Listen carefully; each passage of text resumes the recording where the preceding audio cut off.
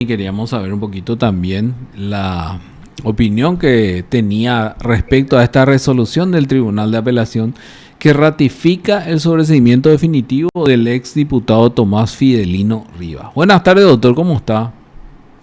Buenas tardes, Raúl. Un saludo a vos, un saludo a Liz y a la audiencia. Sí, doctor, queríamos conversar justamente sobre esta decisión, recién nomás salió. Confirman finalmente el sobreseimiento definitivo del exdiputado Tomás Rivas en el caso de esto de los caseros de oro que se le llamó. Sí, efectivamente. A última hora acabamos de recibir la notificación, nos notificó la Cámara de la resolución en mayoría del Tribunal de Apelación, en el cual confirmaba la resolución del juzgado, en donde hacía lugar a la extinción de la acción que había planteado como incidente la defensa del señor Tomás Rivas previo al juicio.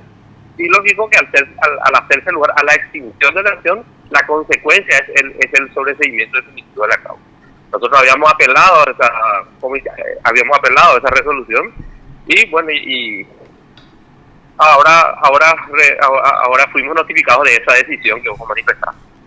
¿Y qué van a hacer, doctor? ¿Van a ir a la corte o van a estudiar primero qué van a hacer? Bueno, acabamos de ser notificados, Raúl. Nosotros, obviamente, no es la posición por la cual nosotros estamos de acuerdo.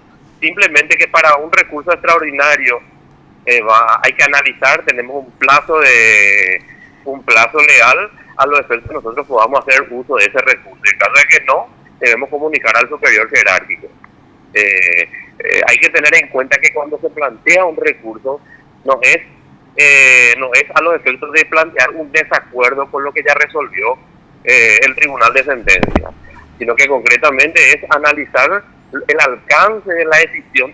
Hay que aclarar, en mayoría hay una camarista que fue la propinante que estaba de acuerdo a la posición del Ministerio Público, pero al surgir la mayoría, entonces nosotros tendríamos que analizar si es que el análisis de los magistrados que votaron en mayoría está o no conforme a derecho. Si es que existe una violación en el análisis de estos camaristas, necesariamente tendríamos que ir a recurrir a la sala penal.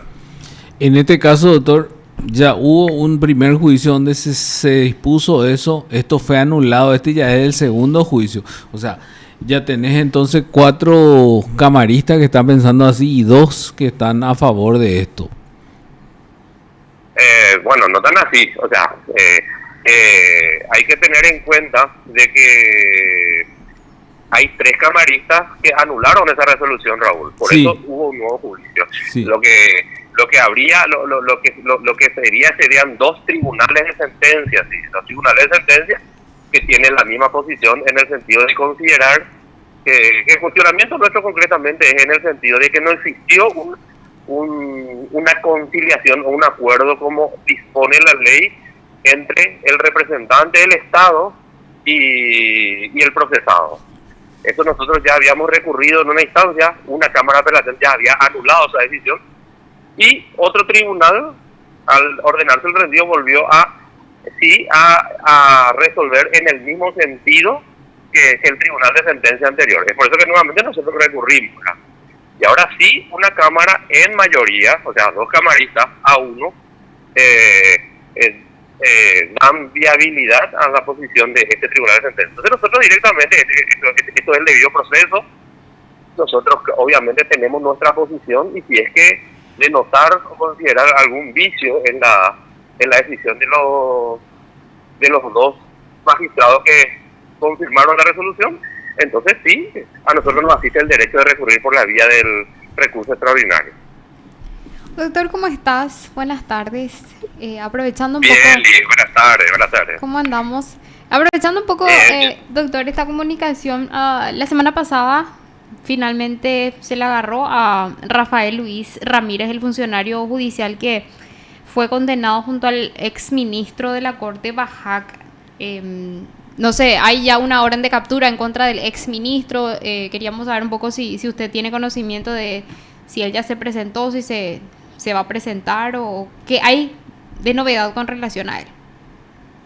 No, claro, la información que nosotros estamos teniendo ya de que es una resolución ya firme y ejecutoriada, ya se agotaron todas las instancias y ahora normalmente cuando ocurre este tipo de decisiones como condenas o aplicación de sanciones, entonces ya empieza a formar parte tanto